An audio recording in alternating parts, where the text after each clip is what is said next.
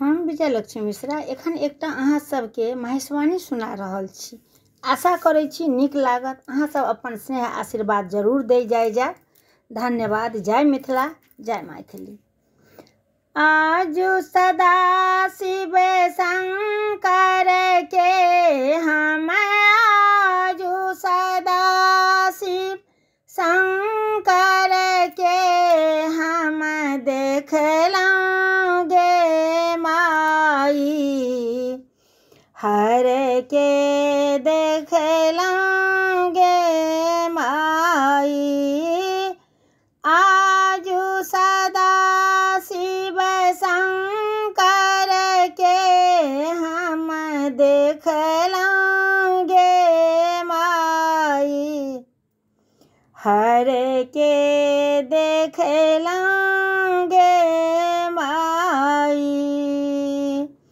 एहन स्वरूप बर कतहु ने देखल, जे देखल हम आई गे माई। एहन स्वरूप बर कतहु ने देखल, जे देखल हम आई।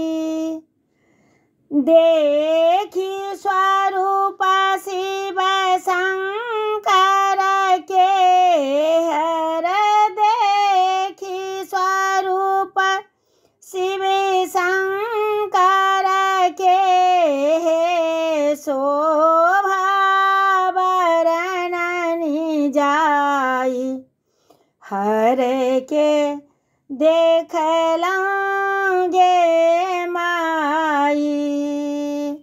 हिनकर बायस परम लघु देखल, लखी 15 तक जाय गे माई।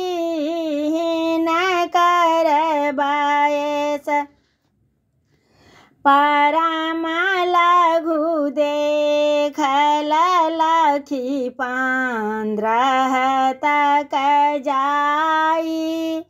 जँ कियो हिनका बूढ़ कहै छनि, जँ कियो हिनका बूढ़ कहै छनि, ओ छथि परम बताही, हर के देखलौं गे माई।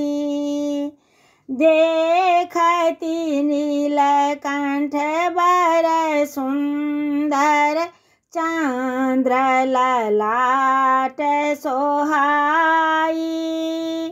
मस्तक ऊपर मध्य जटा में बैसल गंगा माई, हर के देखलौं गे माई।